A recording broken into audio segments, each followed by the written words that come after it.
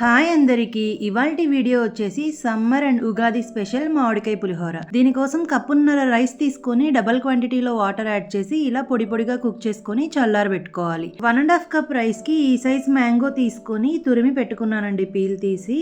ఇప్పుడు పోపు కోసం స్టవ్ మీద కడాయి పెట్టుకొని అందులో 3 టేబుల్ స్పూన్ల ఆయిల్ యాడ్ చేసుకొని పోపు దినుసులు యాడ్ చేసుకోవాలి. మినపప్పు, శనగపప్పు, ఆవాలు, జీలకర్ర. ఇందులోనే పల్లీలు వేసుకోవాలండి. ఇక్కడ నేను 2 గుప్పెళ్ల వరకు వేసాను. అలాగే కొన్ని జీడిపప్పు, 3 ఎండుమిర్చి వేసి వీటిని కూడా వేయించుకోవాలి. ఇందులోనే 6-7 పచ్చిమిర్చి ఘాట్లు పెట్టుకొని వేసుకొని 1/2 టీ స్పూన్ పసుపు, 1/2 టీ స్పూన్ ఇంగువ వేసి వీటిని కూడా వేయించుకోవాలి.